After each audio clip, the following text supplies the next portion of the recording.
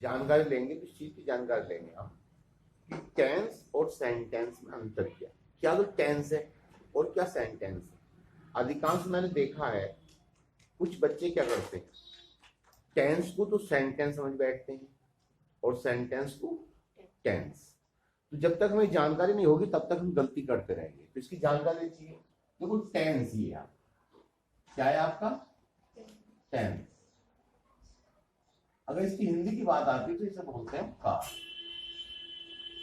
क्या बोलते हैं? हिंदी में इसको बोलते हैं हम काल। और जहां तक सेंटेंस की बात है, सेंटेंस को हिंदी में बोलते हैं वाक्य। क्या होता है? तो टेंस एक तरह से समय होता है। टेंस क्या होता है? समय होता है। और सेंटेंस एक वाक्य होता है हमारा, ठीक है ना। तो पहली बात तो ये अंतर दोनों में। जहां तक इनके काइंड्स की बात आती है, अगर हम कहते हैं kinds of tense, kinds of tense,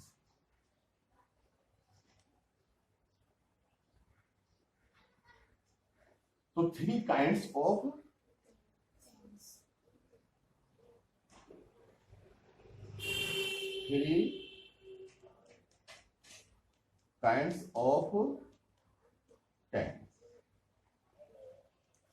right?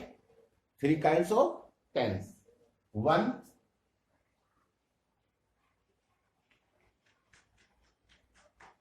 present tense. Two, past tense. Three,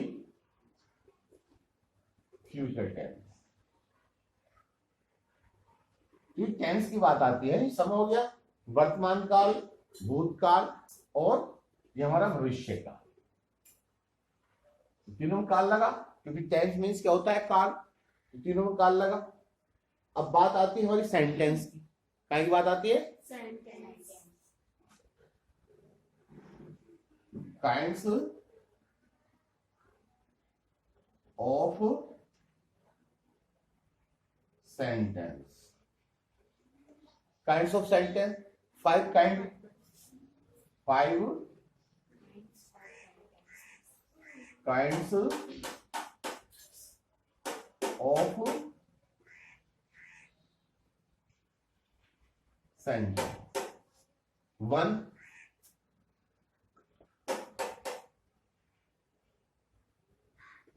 assertive sentence. One क्या हुआ हमारा? Assertive sentence. असर्टिव सेंटेंस के टू पार्ट्स होते हैं, ठीक है ना। असर्टिव सेंटेंस के टू पार्ट होते हैं। ये कह सकते हैं असर्टिव सेंटेंस को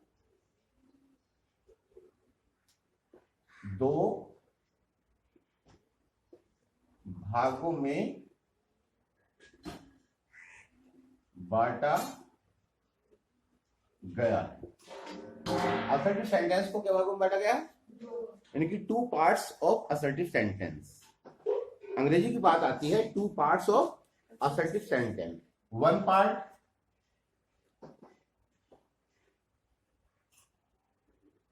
वन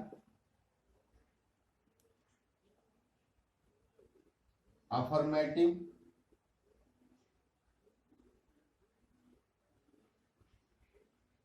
सेंटेंस या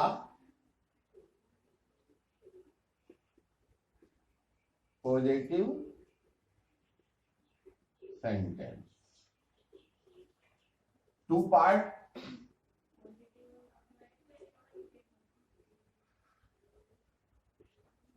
निगेटिव सेंटेंस, ठीक। तो कहने को जैसे असर्टिव सेंटेंस में दो चीजें, अफर्मेटिव भी हो सकता है टेंस आपका, निगेटिव भी हो सकता है। क्या हो सकता है? अफर्मेटिव भी हो सकता है, निगेटिव भी हो सकता है। ये तो हो गया हमारा।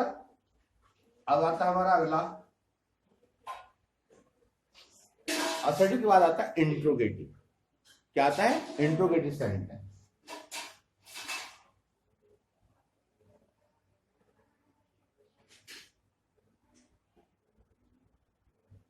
Interrogative sentence. इसके भी दो भाग होते हैं, फर्स्ट टाइप और सेकंड टाइप, ठीक है ना। तो इसमें लिखने की आवश्यकता ना है, फर्स्ट टाइप और सेकंड टाइप, ठीक।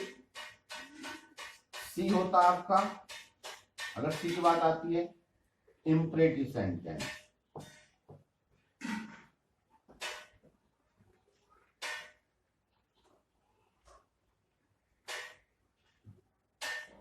डी होता आपका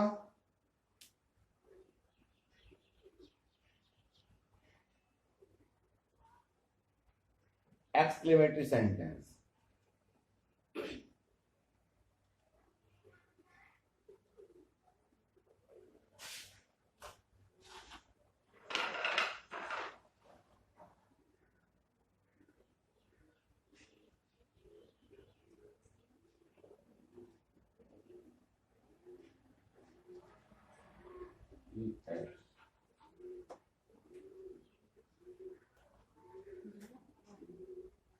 एक्सक्लेमेटरी सेंटेंस। ई होता आपका ई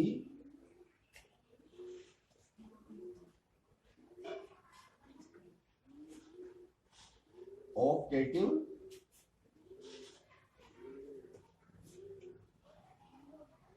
सेंटेंस। तो ये चीज आपको बहुत ध्यान रखनी, जब तक आप इसको ध्यान में नहीं रखोगे तो तब तक जो है गड़बड़ करते रहोगे, ठीक है ना। तो एक चीज और देखनी है आपको, आपके जब डायरेक्ट से आप इनडायरेक्ट बनाते हो, डायरेक्ट से इनडायरेक्ट, तो 5 प्रकार के आपके सेंटेंस होते हैं, 5 काइंड्स ऑफ सेंटेंस।